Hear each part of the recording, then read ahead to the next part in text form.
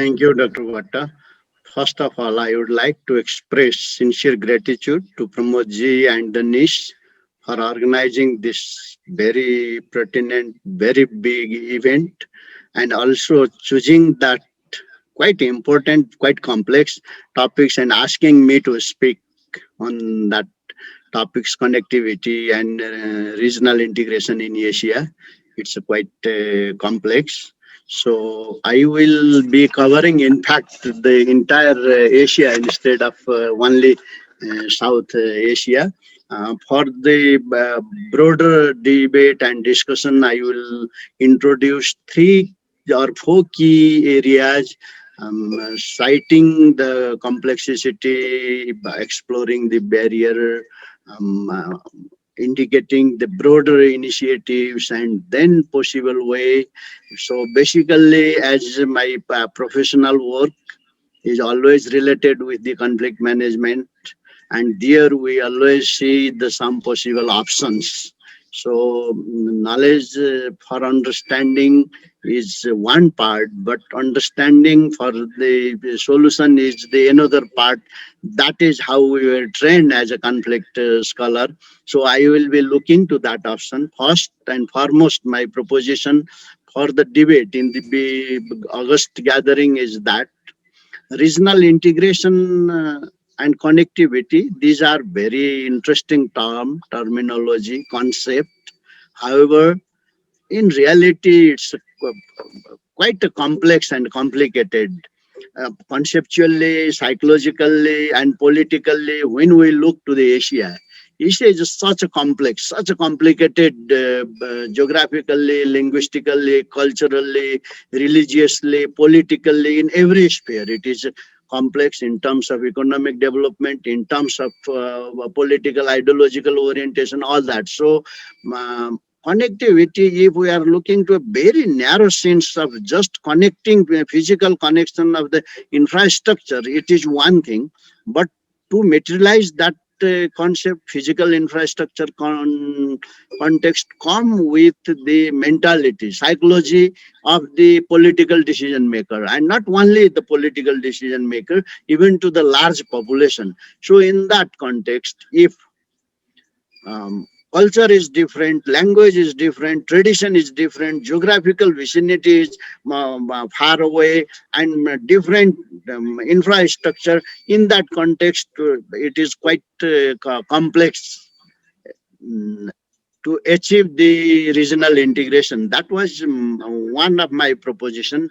And the second proposition I am going to do is the barriers.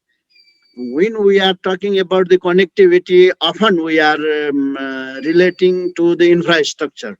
Of course, that is one fundamental important element, but it is not enough. When we are talking about the regional integration, connectivity also goes with so many other factors which we have to analyze, and that I am presenting in a framework of the barriers of the connectivity, barriers of the regional integration.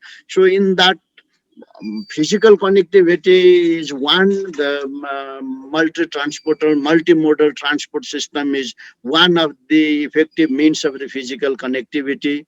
But beyond that is also the historical legacy.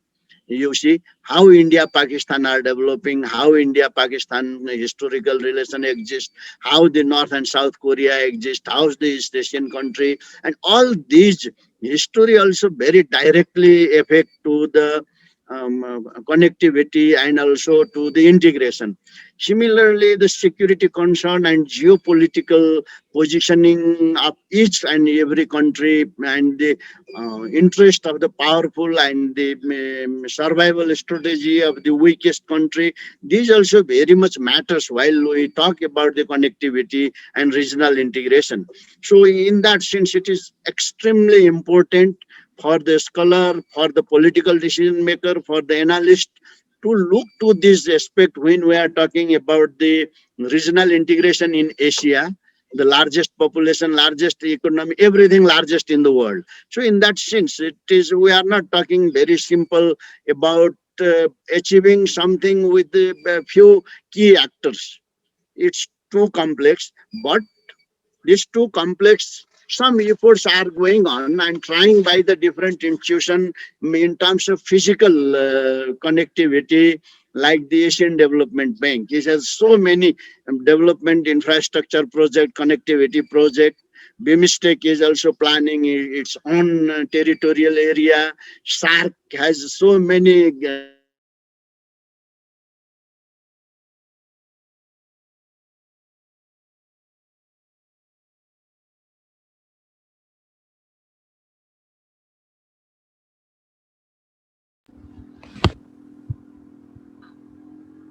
Uh, mainly contributing in my assessment to the broader regional integration of the region. But one question for all of us is that it's not possible to have the integration, regional integration in Asia.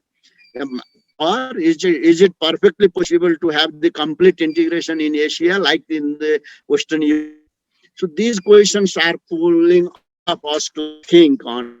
And for that, what I see, there are several ways and options to enhance the regional integration development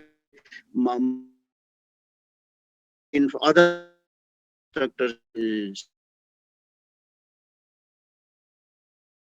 the change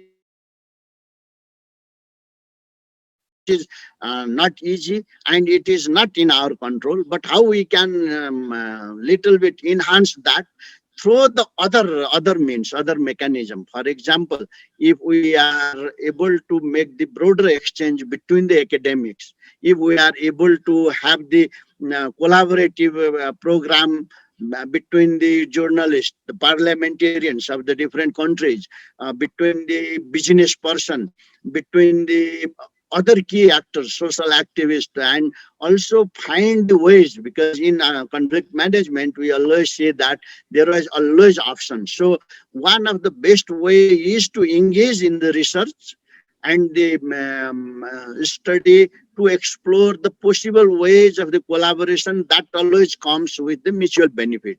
So if there is no mutual benefit, this will be only the jargon. This will be only the very easy term to talk on. But if there is a mutual benefit and mutual collaboration to the different countries, and then they will come to the common forum, and then it will exert the pressure to the political decision makers to have the broader collaboration among the countries, between the countries, and between the region. Connectivity is quite important, and for the connectivity provides the basis for the broader regional integration.